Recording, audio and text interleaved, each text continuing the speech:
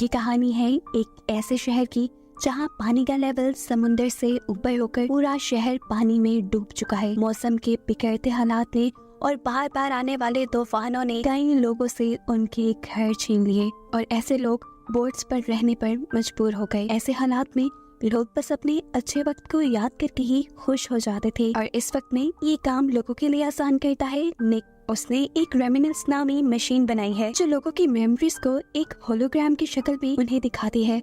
इस मशीन के जरिए उन्हें ऐसे ही फील होता था जैसे वो खुद उसी टाइम को जी रहे हों, उसी टाइम में चले गए हों। सिक्योरिटी रीजंस के लिए निक अपने कस्टमर्स को जो उनकी मेमोरीज दिखाता था उनका रिकॉर्ड भी अपने पास रखता था। कुछ कस्टमर्स तो निक के ऐसे भी थे जो बार बार एक ही मेमोरी देखने के लिए उसके पास आते थे। एक लड़की जो कई मर्तबा रेमिनेंस आ चुकी थी अपने बॉयफ्रेंड के साथ बिताए पुराने लम्हे याद करने के लिए अपने की असिस्टेंट उसे उसकी मेमोरीज एक चिप में सेव करके देती है, लेकिन वो ये लेने से इनकार कर देती है क्योंकि उसे रेमिनेंस के अंदर आकर उन लम्हों को दोबारा जीना ही पसंद था। सब कुछ बिल्कुल नॉर्मल चल रहा था, लेकिन फिर एक दिन निक के ऑफिस और जिंदगी में आई एक लड़की मे। उसने अपनी चाबियां गुमा दी थी और रेमिनेंस के जरिए वो उन्हीं को याद करके ढूंढना चाहती थी।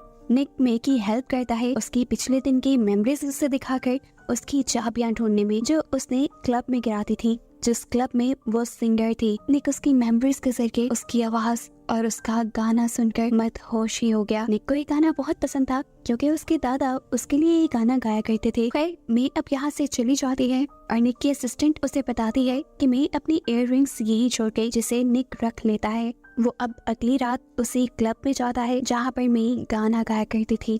वो यहाँ मे की गाने की तारीफ करता है और मे को उसके इयररिंग्स भी वापस करता है। बातें करते हुए निक को ये पता चला कि मे का अभी तक कोई दोस्त भी नहीं था। मे उसे उसके साथ घर चलने की ऑफर करती है और निक मान भी जाता है। यहाँ पर ये दोनों काफी करीब आ जाती है। सीन कट होता है और दोबारा हम मे और निक को एक साथ देखते हैं। वो लोग एक साथ अच्छा वक्त गुजार रहे थे।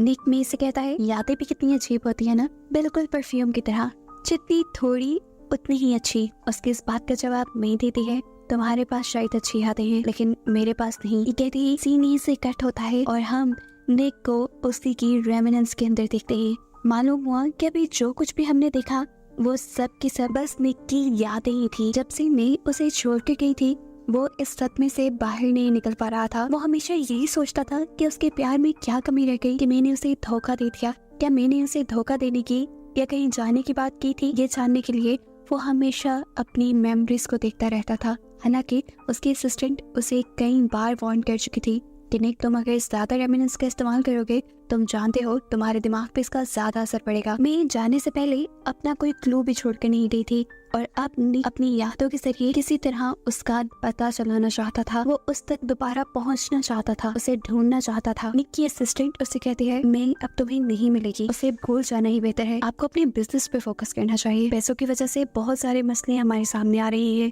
और अब तो एल्सा भी नहीं आ रही, हमारी रेगुलर कस्टमर। लेकिन निक उसकी बातों को इग्नोर करते हुए अब उस क्लब में जाता है जहाँ पर मे सिंगर थी। वो यहाँ पे लोगों से मे के बारे में पूछता है लेकिन उसे अभी भी कोई क्लू नहीं मिला। तंग आकर वो वापस अपने ऑफिस में आ गया और रेमिनेंस के जरिए मे के साथ बिताए लम्हों को याद करने लगा। एकदम से बाहर होने वाली तेज नोक ने उसकी यादों को इंटरप्ट कर दिया। उसे में आकर निक चिल्लाता है रेमिनेंस बंद है आज। खैर अब कुछ देर बाद वो ऑफिस से बाहर निकला तो उसे रोड पे मे का इयररिंग पड़ा मिला। उसे देखकर वो हैरान हो गया था। वो जान गया था कि मे यहाँ पे आई है। यही चीज वो अपनी असिस्टेंट से डिस्कस करता है तो असिस्टेंट उसे कहती है मुझे नहीं लगता कि मे यहाँ दोबारा आई होगी। ये भी तो हो सकता है कि ये इयररिंग पहले से ही वहाँ पर गुमा हो और हमारी नजर उसके ऊपर अब पड़ी हो। अच्छा छोड़ो, काम पे ध्यान देते हैं। आप जानते भी हैं कि इंटेलिजेंस का प्रोजेक्ट मिला हुआ है, कुछ भी गड़बड़ी हो गई तो लेने के देने पड़ जाएंगे। इस टाइम इन्हें एक मुजरिम की मेमोरीज को रिकॉर्ड करना था जो कि एक ड्रग माफिया के लिए काम करता था और अब बस वो मरने के करीब था। 12 घंटे ये लोग लगातार उसके ऊपर वर्क करते हैं लेकिन इन्हें कोई खास सबूत नहीं मिलता क्योंकि मरने से पहले अक्सर लोग सिर्फ अपनी अच्छी यादों को याद करते हैं। अभी ये लोग बातें ही कर रहे थे कि अचानक उस लेटे हुए आदमी को अपनी 5 साल पुरानी याद आती है जिसमें वो ड्रग माफिया मौजूद था और साथ ही इसी लेटे हुए आदमी के साथ में को मे भी नजर आ जाती है और उसे अब ये जानने का तजस्सुस हो जाता है कि आखिर मे का इस आदमी के साथ क्या ताल्लुक था। यहाँ पुलिस अपनी इन्वेस्टिगेशन के लिए रेमिनेंस में लेटे हुए इंसान से कुछ सवाल पूछते हैं और ऐसा करने पे उस आदमी को झटके लगना शुरू हो जाते हैं। निक पुलिस वालों से माइक अपना वापस ले लेता है और इस आदमी की यादों को रिवाइंड करने लगता है जहाँ पर मे थी। वो अब सर्च करता है इस आदमी के दिमाग में कि आखिरी मर्तबा वो मे से कब और कहाँ मिला था। आखिरी मर्तबा इस आदमी ने मे को ड्रग माफिया के साथ देखा था। वो पहले उस ड्रग माफिया की गर्लफ्रेंड थी और साथ ही साथ वो ड्रग एडिक्ट भी बन गई थी। अब इसी के माइंड से निक को पता चलता है कि थोड़ी ही अरसे बाद में उस ड्रग माफिया के पास से बहुत सारा पैसा चुरा कर भाग गई थी। यहाँ से अब निक डिसाइड करता है कि वो इस ड्रग माफिया के पास जाएगा और मे का पता चला कर ही रहेगा। वो इस ड्रग माफिया के पास पहुंचा और उसने उससे कहा कि मुझे तुम्हारे पास मे ने भेजा है। इससे पहले कि वो कुछ और बातें कर पाता, ये ड्रग माफिया उसे पहचान लेता है। उसे पता चल जाता है निक वही इंसान था जिसके पास मैं गई थी ड्रग माफिया को छोड़कर। वो निक से कहता है, तुम्हें क्या लगता है तुम मुझसे ज्यादा ताकतवर हो जो मैं मुझे छोड़कर तुम्हारे पास चली गई। उसे अब निक पे इतना गुस्सा आ रहा था कि उसने अपने लोगों से कहकर निक को टॉर्चर करवाना शुरू कर दिया। इससे पहले कि निक उसकी इस टॉर्चर से मर जाता, यहाँ पर रस्सी से लटकते हुए कोई उसे बचाने के लिए एंट्री करता है और ये थी उसकी असिस्टेंट जो हाथ में गन लिए बहुत सारे गैंगस्टर के लोगों को मारकर यहाँ पे निक को बचाने आई थी। वो निक के टैंक के ऊपर भी शूट करती है जिससे टैंक का पानी नीचे निकलने लग जाता है। वो गैंगस्टर भी निक की असिस्टेंट को मारने के लिए दोनों हाथों से गन बाहर निकाल लेता है, लेकिन उसका एक भी निशाना काम नहीं किया था। अब निक भी उस आदमी को चकमा देकर अपने आप को छुड़वा लेता है जिसने उसे पकड़ा हुआ था। उसे मारकर निक अपनी असिस्टेंट के साथ यहाँ से निकल जाता है। अपने ऑफिस वापस आकर निक अपनी असिस्टेंट से कहता है कि तुम्हारी और मे की जो लास्ट मुलाकात हुई थी मुझे उसकी मेमोरीज देखनी है। वो उसे अपने रेमिनेंस टैंक के अंदर लिटा देता है और यहाँ उन दोनों की यादें और बातें सुनता है जहाँ पर हमेशा से निक की असिस्टेंट को लगता था कि मैं निक के पास किसी खास मकसद के लिए आई है। वो उससे कुछ लेना चाहती है, उसे मैनिपुलेट कर रही है अपने किसी खास मकसद के लिए। और तब मैंने उसे सच्चाई बताई थी कि वो एक ड्रग एडिक्ट है और वो असल में एक ड्रग माफिया को धोखा देकर आई है और प्रोटेक्शन के लिए वो निक के साथ थी। ये सारी यादें देखने के बाद वो जानती थी कि निक उससे गुस्सा हो जाएगा। वो निक से कहती है, आई एम सॉरी, मुझे तुमसे छुपाना नहीं चाहिए था। फिर अब ये लोग देखते हैं कि मैं इनके यहाँ से कुछ चुरा कर तो नहीं लेके गई, तो इन्हें पता चलता है कि मैं एल्सा की मेमोरीज चुरा कर यहाँ से लेके गई थी। उनकी क्लाइंट जो बार बार उन्हें विजिट किया करती थी और वो एक बहुत ही अमीर आदमी की बीवी थी। ये बात जानने के बाद निक बुरी तरह कंफ्यूज हो गया था कि आखिर मैं चाहती क्या थी और उसके पास क्यों आई थी। एल्सा की मेमोरी से उसका क्या ताल्लुक था। ये बातें जानने के लिए वो दोबारा मे को ढूंढने लग जाता है और शहर में एक आदमी उसे एक लड़की के बारे में बताता है जिसे मे का पता हो सकता था। निक उस लड़की का पीछा करता है और वो लड़की डरकर उससे दूर भागने लग जाती है और फिर आखिर समुद्र के किनारे पे आकर मैं उसे कम डाउन करता है और कहता है, मैं तुम्हें नुकसान नहीं पहुंचाऊंगा, बस मुझे इतना बता दो कि मैं मुझे कहाँ मिल सकती है। तब वो लड़की बताती है कि मे का मर्डर हो चुका है और उसका एक बेटा वो पिछले दिनों ही किडनैप हुआ। ये बात जानकर उसे बुरी तरह शौक लगा था। अभी वो ये बात जान के पीछे ही मुड़ा था कि उसके ऊपर किसी ने हमला कर दिया और उसे कहा, मे को भूल जाओ। ये कहते ही हम देखते हैं कि निक अपने रेमिनेंस टैंक के अंदर से उठा है। वो इस मेमोरी को बार बार देख रहा था उस आदमी का पता चलाने के लिए जिसने उसे मे को भूल जाने की धमकी दी थी। और वो इस आदमी को पहचान भी लेता है कि ये एक पुलिस ऑफिसर था जो इलीगली ड्रग माफिया के लिए काम करता था। है अब निक एल्सा के बारे में इंफॉर्मेशन इकट्ठी करना शुरू कर देता है क्योंकि उसे लग रहा था कि एल्सा की इंफॉर्मेशन निकालते हुए वो किसी तरह मे तक पहुंच जाएगा। उसे मालूम होता है कि एल्सा का एक बहुत ही अमीर बॉयफ्रेंड था जो असल में शादीशुदा था और उसका एक बेटा भी था। एल्सा के बॉयफ्रेंड के मरने के बाद उसके बॉयफ्रेंड का बेटा एल्सा को मरवाना चाहता था ताकि उसे प्रॉपर्टी में से कोई हिस्सा न देना पड़ जाए और शायद उसी लड़के ने मे को यहाँ पर भेजा था एल्सा की मेमोरीज चुराने के लिए। फिर एक दिन निक रोड पे चल रहा था तो उसे एकदम से रोड पे चलते हुए मे नजर आई। वो उस लड़की का पीछा करता है और वो लड़की भागते हुए एक कमरे में आ जाती है। उस कमरे में जाने पर निक को पता चलता है वो लड़की मे नहीं है, लेकिन यहाँ पर एक अच्छी चीज ये हुई थी कि वो जिस आदमी के पास भाग कर आई थी वो वही करप्ट पुलिस ऑफिसर था जो निक को मे को भूल जाने की धमकी दिया करता था।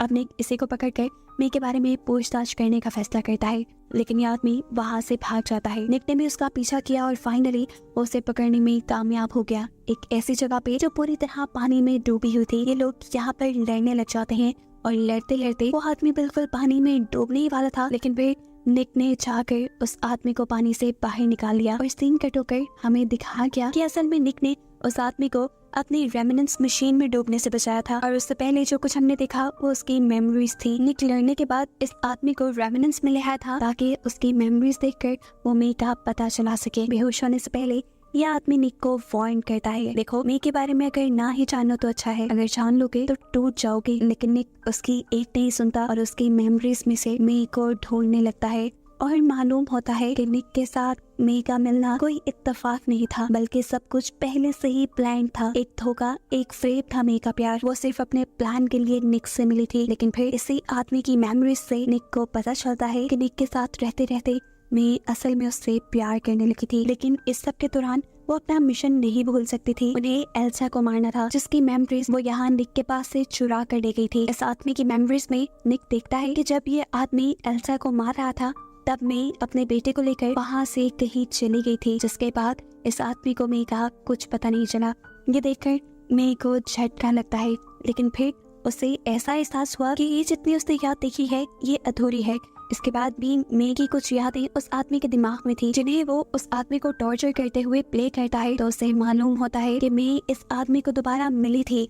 असल में वो दोबारा निक से मिलने के लिए ही उसके रेमिनेंस सेंटर आई थी, लेकिन वहीं पर इस आदमी ने उसे पकड़ लिया क्योंकि अब वो मे को अकेला छोड़ नहीं सकता था। मे उसके किए हुए मर्डर की विटनेस थी। इसी आदमी के दिमाग में मे कई मर्तबा अपने प्यार का इजहार निक से करती है, क्योंकि कहीं ना कहीं वो जानती थी कि निक उसे ढूंढते हुए इस आदमी तक जरूर पहुंचेगा और उसकी मेमोरीज को देख लेगा। जहां वो मे से अपने प्यार का इजहार कर रही थी, इस आदमी की मेमोरीज में बाहर निक उस होलोग्राम के सामने चला जाता है और इस मेमोरी को कहीं बाहर रिवाइंड करता है। अब निक इस आदमी को टॉर्चर करता है, उसके दिमाग में जाने वाले करंट के वोल्टेज बढ़ा देता है और उससे उसके किए हुए सारे गुनाहों को कन्फेस करवा कर उसकी मेमोरीज को स्टोर कर लेता है। इसके बाद वो जाता है उस लड़की के पास जिसने एल्सा को मरवाया था, इस आदमी और मे के जरिए। वो उससे कहता है कि तुम्हारे बारे में अब सच सबको पता है, यहाँ तक के पुलिस को भी, कि तुमने अपनी प्रॉपर्टी दूसरे भाई के साथ शेयर ना करने के लिए एल्सा को मरवा दिया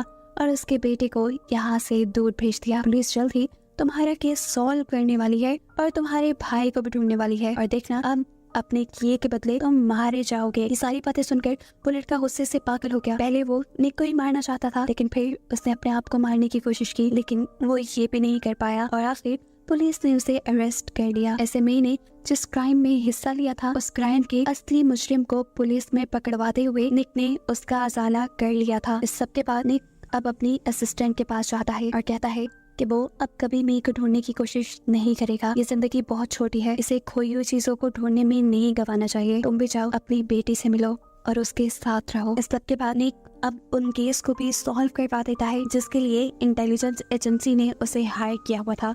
उस केस के सॉल्व होने पर एक करप्ट पॉलिटिशियन सबके सामने आ गया था और उसकी वजह से शहर में दंगे होने लगे थे। निक ने अपने हिस्से का सारा अच्छा काम कर लिया था और अब उसके पास फ्यूचर के लिए कोई गोल नहीं थे, इसीलिए वो डिसाइड करता है अपने आप को पूरी जिंदगी रेमिनेंस में रखने का, जिससे कि वो अपनी पुरानी यादों में ही जीता रहेगा। वो खुद अपने आप को इंजेक्शन लगाता है और रेमिनेंस के अंदर लेट जाता है। अब बस वो उन्हीं यादों को जीता रहेगा जो उसने मे के साथ गुजारी थी बार बार, जब तक वो मर नहीं जाता। और बस यही दिखाते हुए ये कहानी यहाँ खत्म हो जाती है।